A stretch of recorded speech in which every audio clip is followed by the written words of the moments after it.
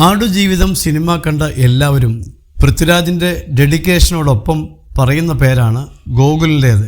Novel വായിച്ചവർക്ക് തീരാ നോവായി മാറിയ ഹക്കീം എന്ന കഥാപാത്രമായി ഗോകുൽ ഗംഭീര പ്രകടനമാണ് കാഴ്ചവെച്ചത്.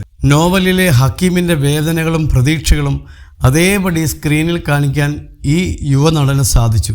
3 വർഷത്തിന് ശേഷം ഹക്കീമും നജീബും കണ്ടുമുട്ടുന്ന സീൻ എത്ര തവണ എടുത്തു എന്ന ചോദ്യത്തിന് അധികം ടേക്ക് പോയിട്ടില്ല എന്നായിരുന്നു ഗോകുലിൻ്റെ മറുപടി. അത് യാദൃശ്ചികമായി തങ്ങളുടെ കയ്യിൽ നിന്ന് വന്നുപോയതാണെന്നും ഗോകുൽ പറയുന്നുണ്ട്. ആ സ്ഥലത്തുണ്ടായ ഒരു മൂഡിൽ സംഭവിച്ചു പോയതാണെന്നും ഗോകുൽ കൂട്ടിച്ചേർത്തു.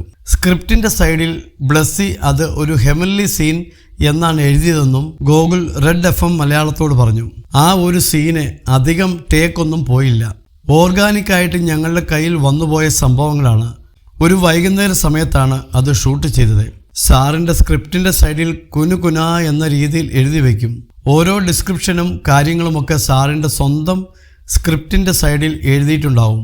ആ സീൻ ഹെവൻലി വരണമെന്നാണ് എഴുതിയത്. ആ ഒരു മൂഡ് വരണം എന്നാണ് സാർ എഴുതി വെച്ചത്. ഞങ്ങൾ നിൽക്കുന്നത് അങ്ങനെ ഒരു സ്ഥലത്താണ്. അപ്പോൾ നമ്മുടെ മൈൻഡിൽ വർക്ക് ചെയ്യുന്നുണ്ടല്ലോ. 3 വർഷത്തിന് ശേഷമാണ് കാണുന്നത്. 3 വർഷത്തെ കാര്യങ്ങൾ 1 മിനിറ്റ് കൊണ്ടാണ് അവൻ പറഞ്ഞു തീർക്കുന്നത്.